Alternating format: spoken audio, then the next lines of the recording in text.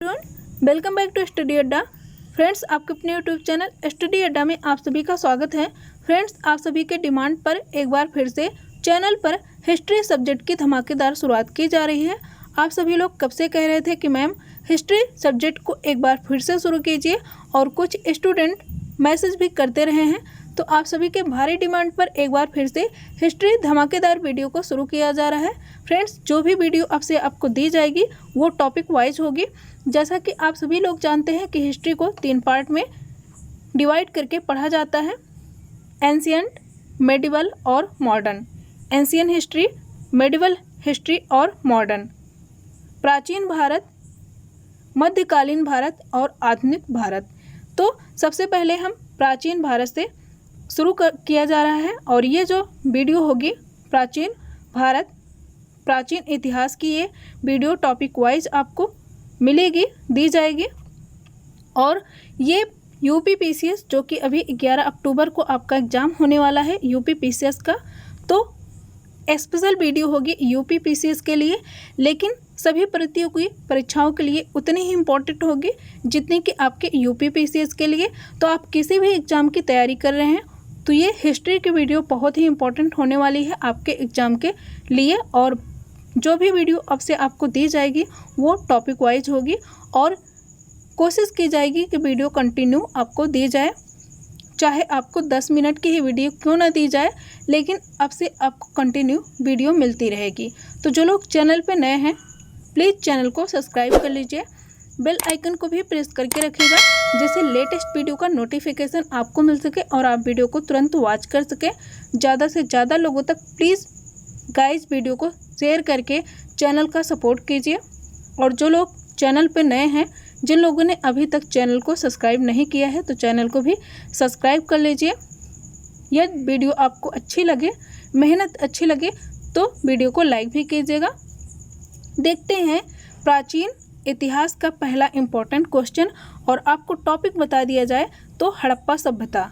इसी टॉपिक से शुरुआत की जा रही है प्राचीन इतिहास सब्जेक्ट की। देखते हैं पहला इम्पोर्टेंट क्वेश्चन हड़प्पा सभ्यता का। हड़प्पा सभ्यता का सर्वाधिक मान्यता प्राप्त काल है। बहुत ज़्यादा ये क्वेश्चन पूछा जाता है, मोस्ट इम्पोर्टेंट क्वेश्चन होगा आपके किसी भी एग्ज़ाम के लिए। यूपी पीसीएस यूपीएससी तक ये क्वेश्चन पूछा गया है। एसएससी, बैंक, रेलवे, कहीं भी ये क्वेश्चन आप क्वेश्चन पेपर उठा के देखेंगे तो ये क्वेश्चन आपको मिल जाएगा। ऑप्शन देखते हैं, 2800 ईसा पूर्व से 2000 ईसा पूर्व, बी 2500 ईसा पूर्व से 1750 ईसा पूर्व, सी 3500 ईसा पूर्व से 1800 ईसा पूर्व। यह निश्चित नहीं हो सका है, तो इसका आंसर क्या होगा? ऑप्शन बी इस क्वेश्चन में सही है। 2500 ईसा पूर्व से 1750 ईस्वी तक हड़प्पा सभ्यता का सर्वाधिक मान्यता प्राप्त काल है। ऑप्शन बी इस क्वेश्चन में सही है। हड़प्पा सभ्यता की बात हुई है, तो इसकी खोज किसने की थी ये भी जान लेते हैं। तो इसकी खोज हड़प्पा सभ्यता की 2 लोगों ने मिलकर की थी, दयाराम साहनी और माधव स्वरूप वस्त। कब की थी? तो 1921 में हड़प्पा सभ्यता की खोज की गई थी। हड़प्पा सभ्यता किस नदी पर स्थित है, किस नदी पर विकसित है? तो ये हड़प्पा सभ्यता रावी नदी पर स्थित है, ये भी याद रखिएगा। नेक्स्ट क्वेश्चन को देखते हैं। नेक्स्ट प्रश्न सेकंड क्या है हमारा? सिंधु घाटी की सभ्यता निम्नलिखित में से किस सभ्यता के समकालीन नहीं थी? नहीं थी पूछा जा रहा है, तो ये भी क्वेश्चन इंपॉर्टेंट रहेगा आपके एग्जाम के लिए।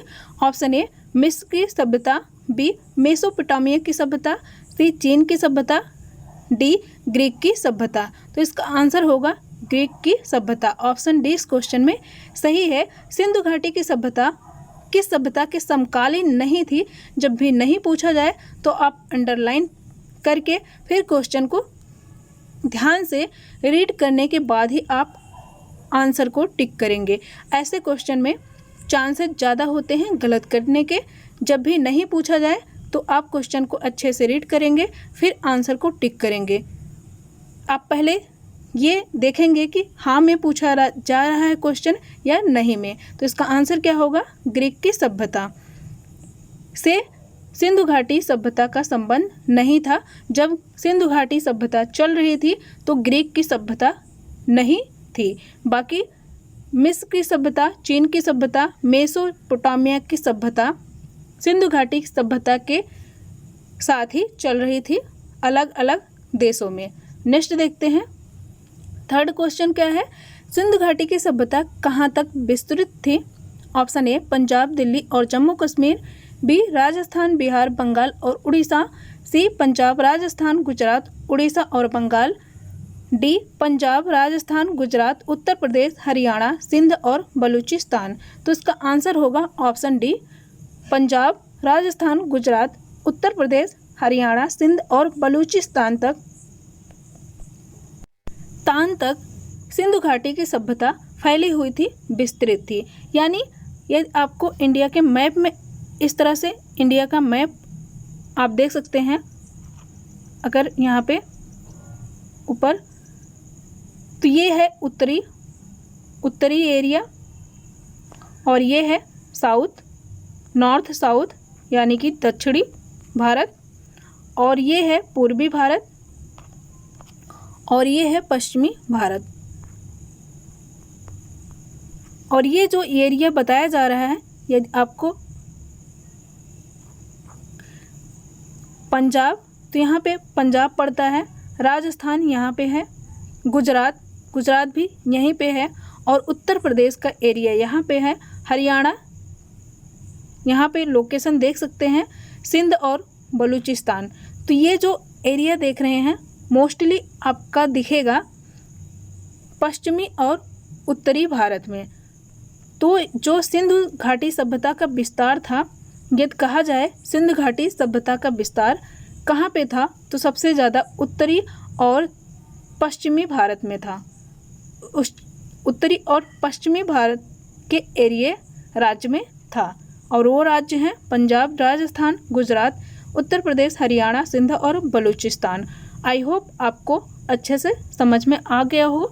नेक्स्ट क्वेश्चन को देखते हैं। फोर्थ क्वेश्चन क्या है हमारा, सिंधु घाटी की सभ्यता में घोड़े के अवशेष कहाँ से मिले हैं? मोस्ट इंपॉर्टेंट क्वेश्चन है ये।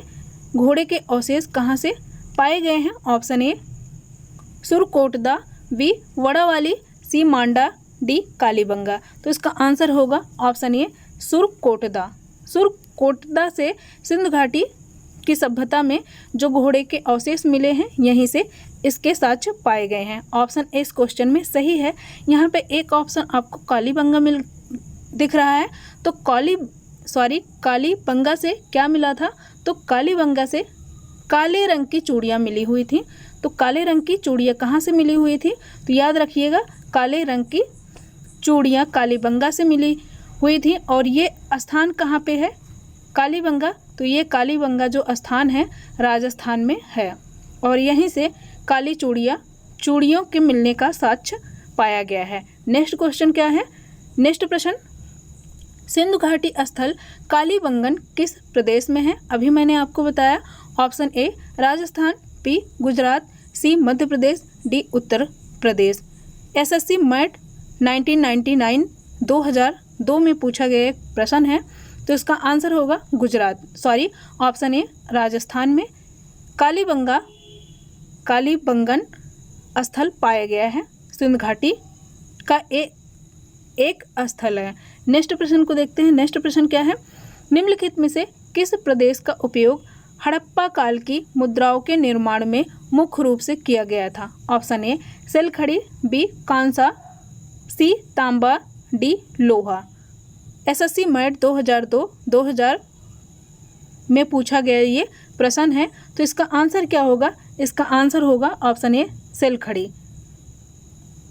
निम्नलिखित में से किस पदार्थ का उपयोग हड़प्पा काल की मुद्राओं के निर्माण के रूप में किया गया है? तो सेलखड़ी का ऑप्शन ए इस क्वेश्चन में सही है। और ये क्वेश्चन अभी के जो एग्जाम हो रहे हैं उसमें पूछा गया है। नेक्स्ट क्वेश्चन देखते हैं। हड़प्पा सभ्यता किस युग की थी?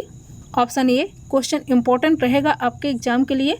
ऑप्शन ए कांस्य युग, बी नवपाषाण युग, सी पुरापाषाण युग, डी लौह युग। तो इसका आंसर होगा कांस्य युग। हड़प्पा सभ्यता कांस्य युग की सभ्यता है। ऑप्शन ए इस क्वेश्चन में सही है।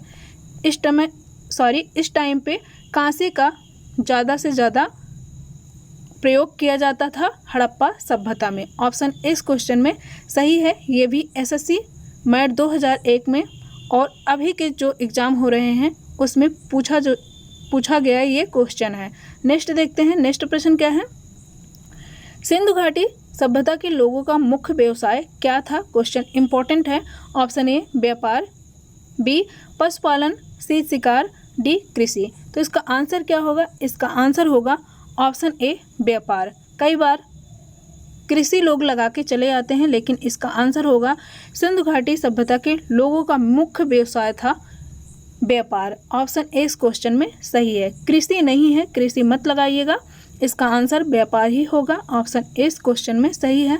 नेक्स्ट देखते हैं, हड़प्पा सभ्यता के निवासी थे, कैसे थे? ये क्वेश्चन बहुत ही इम्पोर्टेंट है, अभी के एग्ज़ाम में पूछा गया ये क्वेश्चन है। बहुत बार जितने एग्ज़ाम हो रहे हैं ऐसे क्वेश्चन वनडे एग्ज़ाम में बहुत ज़्यादा पूछे जाते हैं।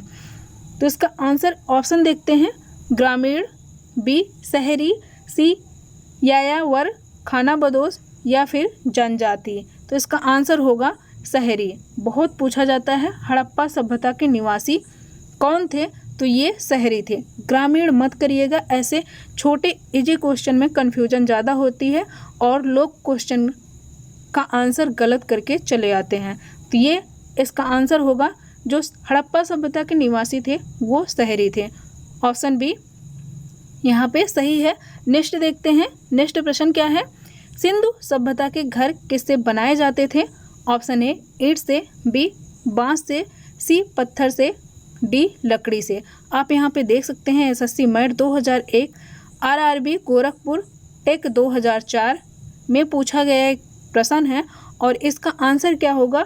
इसका आंसर होगा ईंट से। सिंधु सभ्यता के जो घर बनाए जाते थे वो ईंट से। इसका मतलब ये हुआ कि सिंधु सभ्यता जब चल रही थी तब ईंटे का प्रयोग प्रचलन में था। ईंटों का प्रयोग तभी से शुरू हो गया था जब सिंधु घाटी की सभ्यता प्रचलन में थी। ऑप्शन ए इस क्वेश्चन में सही है।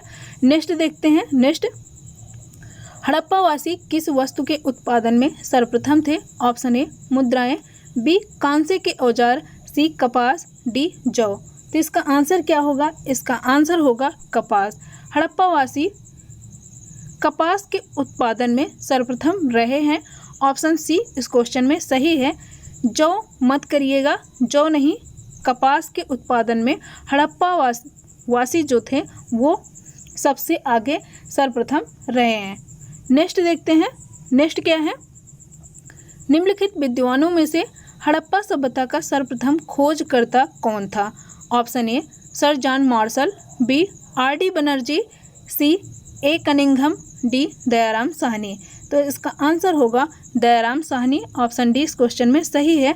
प्रश्न ऐसे भी पूछा जा सकता है, दयाराम साहनी न दे करके यहाँ पे माधव स्वरूप वस्त भी दिया जा सकता है। तो याद रखिएगा, दो लोगों ने हड़प्पा सभ्यता की खोज 1921 में की थी, माधव स्वरूप वस्त और दयाराम साहनी ने। नेक्स्ट देखते हैं, नेक्स्ट क्या है। सिंधु सभ्यता का पत्तन नगर बंदरगाह कौन सा था? ये क्वेश्चन पता नहीं कितनी बार अब तक पूछा जा चुका है और यहाँ पे आप देख सकते हैं एसएससी मैट 99 में, आरआरबी रांची टेक 2005, यूपीपीसीएस 99 में और बीपीएससी 2010 और अब तक ना जाने कितनी बार ये क्वेश्चन पूछा जा चुका है। बीपीएससी जितने स्टेट पीसीएस होते हैं, UP TET, bank, railway, other exam में जितने वनडे एग्ज़ाम हुए हैं कितनी बार ये क्वेश्चन आ चुका है। तो ये क्वेश्चन बहुत ही इम्पोर्टेंट है, मोस्ट इम्पॉर्टेंट क्वेश्चन है ये आपके एग्ज़ाम की दृष्टि से। ऑप्शन देखते हैं, कालीबंगन, बी लोथल, सी रोपड़, डी मोहनजोदड़ो। तो इसका आंसर क्या होगा? इसका आंसर होगा ऑप्शन बी। ऑप्शन बी इस क्वेश्चन में सही है। सिंधु सभ्यता का पत्तन नगर बंदरगाह कौन कौन? इसका आंसर होगा ऑप्शन बी लोथल। लोथल जो है ये किस नदी पर स्थित है? तो ये भोगवा नदी पर स्थित है। भोगवा नदी पर लोथल स्थित है। और रोपड़ भी एक बंदरगाह है। तो ये ये किस नदी पर स्थित है, यहाँ पे आप देख सकते हैं। तो रोपड़ जो है सतलज नदी पर है। और रोपड़ का लोकेशन कहाँ पे है, किस राज्य में है, तो गुजरात के अहमदाबाद में रोपड़ की स्थिति है, रोपड़ का लोकेशन है। तो ये भी याद रखिएगा, जो भी बताया जा रहा है आपके एग्जाम की दृष्टि से इम्पोर्टेंट रहेगा। कालीबंगा, मैंने आपको बताया कि यहाँ से काली चूड़ियों का साक्ष्य मिला है।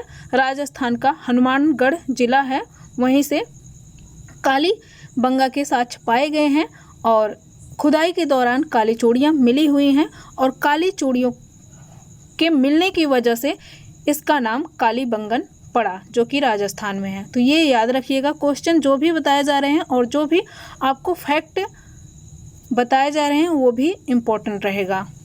और भी साक्ष्य पाए गए हैं, जैसे मिट्टी के खिलौने, यहाँ से कालीबंगा से मिट्टी के खिलौने, बैलगाड़ी, पहिए, मवेशियों की हड्डी, जानवरों की हड्डी, बहुत सारे साक्ष्य पाए गए हैं। तो ये भी याद रखिएगा। नेक्स्ट देखते हैं। पैमाने की खोज ने यह सिद्ध कर दिया कि सिंधु घाटी के लोग माप और तौल से परिचित थे। यह खोज कहाँ पर हुई है? Option A Kalibangan, B Harappa, C Chanhudaro, D Lothal. तो ये जो माप और तौल का साक्ष्य जहाँ से मिला है वो है लोथल। ऑप्शन डी इस क्वेश्चन में सही है। याद रखिएगा, लोथल से माप और तौल के साक्ष्य पाए गए हैं। तो ये क्वेश्चन भी इम्पोर्टेंट होगा आपके एग्जाम के लिए, क्वेश्चन कई बार पूछा जा चुका है। नेक्स्ट देखते हैं। हड़प्पा कालीन समाज किन वर्गों में विभक्त था? ऑप्शन ए शिकारी, पुजारी, किसान और क्षत्रिय, बी विद्वान, योद्धा, व्यापारी और श्रमिक, सी क्या है ब्राह्मण, क्षत्रिय, वैश्य और शूद्र, डी राजा, पुरोहित, सैनिक और शूद्र। तो इसका आंसर क्या होगा? इसका आंसर होगा ऑप्शन बी। यहाँ पे आप देख सकते हैं, सॉरी, इसका आंसर ऑप्शन बी सही है। हड़प्पा कालीन समाज जो है विद्वान, योद्धा, व्यापारी और श्रमिक 4 वर्गों में विभक्त था। तो ये याद रखिएगा, क्वेश्चन ये भी इम्पोर्टेंट है। नेक्स्ट प्रश्न को देखते हैं। नेक्स्ट क्वेश्चन हमारा है, सिंधु सभ्यता का सर्वाधिक उपयुक्त नाम क्या है? ये क्वेश्चन भी बहुत बार पूछा गया है। तो ऑप्शन देखते हैं।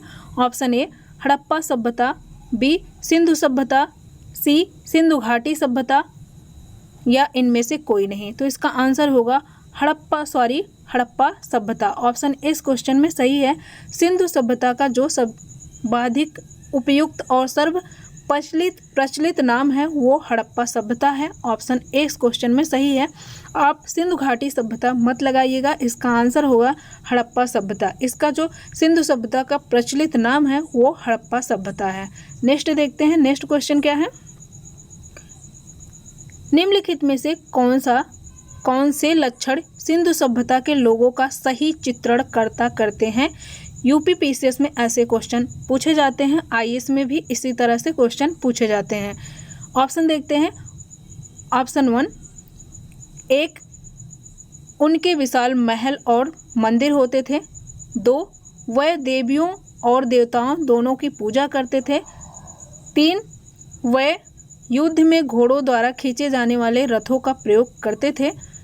नीचे दिए गए कोड का प्रयोग कर सही कथनों को चुनिए। अब आप देख सकते हैं, ये जो क्वेश्चन पूछा गया है यहाँ आप देख सकते हैं यूपीएससी 2013 में पूछा गया है। अभी यूपीएससी 2013 में एग्ज़ाम हुआ था, उसमें ये क्वेश्चन आ चुका है। तो ऐसे क्वेश्चन यूपीएससी पीसीएस में भी पूछे जाते हैं। ये क्वेश्चन बहुत ही इम्पोर्टेंट है आपके एग्ज़ाम की दृष्टि से। अब ऑप्शन देखते हैं। ऑप्शन ए केवल 2, ऑप्शन बी केवल 1 और 2, ऑप्शन सी 1, 2 और 3, ऑप्शन डी इनमें से कोई नहीं। तो इनमें से कौन सा सही है इसी के बारे में पूछा जा रहा है। तो इसका आंसर होगा ऑप्शन ए। ऑप्शन ए इस क्वेश्चन में सही है, यानी कि केवल 2 ही इसमें सही है। वह देवियों और देवताओं दोनों की पूजा करते थे। कौन? सिंधु सभ्यता के लोग। लेकिन उनके विशाल महल और मंदिर थे, ये गलत है। उस टाइम पे मंदिर का साक्ष्य नहीं मिला है सिंधु सभ्यता के टाइम पर। हड़प्पा सभ्यता के टाइम पर महल और मंदिर के साक्ष्य नहीं पाए गए हैं, तो ये ऑप्शन गलत है। और वह युद्ध में घोड़ों द्वारा खींचे जाने वाले रथों का प्रयोग करते थे, तो ये भी ऑप्शन गलत है। इस तरह से केवल ऑप्शन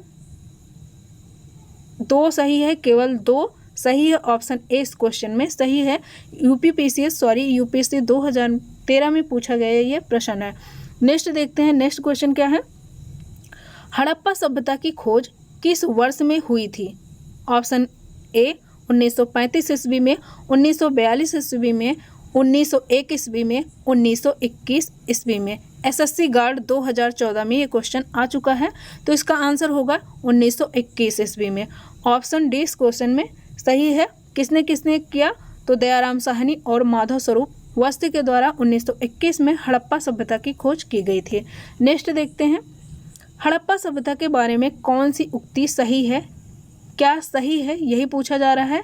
तो ये भी याद रखिएगा, सही में पूछा जा रहा है, हाँ में या नहीं में क्वेश्चन पूछा जा रहा है। तो यहाँ पे हाँ में पूछा जा रहा है क्वेश्चन। क्या है? उन्हें अश्वमेध का जानकारी थी, गाय उनके लिए पवित्र थी, उन्होंने पशुपति का सम्मान करना आरंभ किया। डी, उनकी संस्कृति समानता स्थिर नहीं थी। एसएससी गार्ड में पूछा गया ये क्वेश्चन है, इसका आंसर होगा ऑप्शन सी, उन्होंने पशुपति का सम्मान करना आरंभ किया था। ये इस क्वेश्चन में सही है। उस टाइम पे पशुपति देवता थे, उनका सम्मान करना हड़प्पा सभ्यता के लोगों ने आरंभ किया था।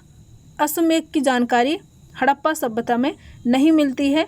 गाय उनके लिए पवित्र थी, ऐसा भी नहीं है हड़प्पा सभ्यता में। और उनकी संस्कृति समानता स्थिर नहीं थी, उनकी संस्कृति स्थिर थी, उस टाइम पे संस्कृति स्थिर थी। इस तरह से आपका सही आंसर जो होगा, उन्होंने पशुपति का सम्मान करना आरंभ किया था। ऑप्शन सी इस क्वेश्चन में सही है। 19 का सी सही है। 20वां क्वेश्चन देखते हैं। 20वां क्वेश्चन, हड़प्पा के लोगों की सामाजिक पद्धति थी, कैसी थी? उचित समतावादी, दास श्रमिक आधारित, वर्ण आधारित, जाति आधारित। तो कैसी संस्कृति थी हड़प्पा सभ्यता की? तो ये उचित समतावादी थे। हड़प्पा के लोगों की जो सामाजिक पद्धति थी वो उचित समतावादी थी। ऑप्शन ए इस क्वेश्चन में सही है। फ्रेंड्स, ये 20 क्वेश्चन रहे आपके एग्जाम की दृष्टि से, और प्राचीन इतिहास से फिर से हिस्ट्री की वीडियो आपको प्रोवाइड कराई जा रही है। और ये धमाकेदार वीडियो है, तो प्लीज़ जितना हो सके आप ज़्यादा से ज़्यादा लोगों तक प्लीज़ शेयर कीजिए। और प्लीज़ जो लोग चैनल पे नए हैं, चैनल को सब्सक्राइब कर लीजिए और प्लीज़ चैनल का सपोर्ट कीजिए। Thank you for watching this video.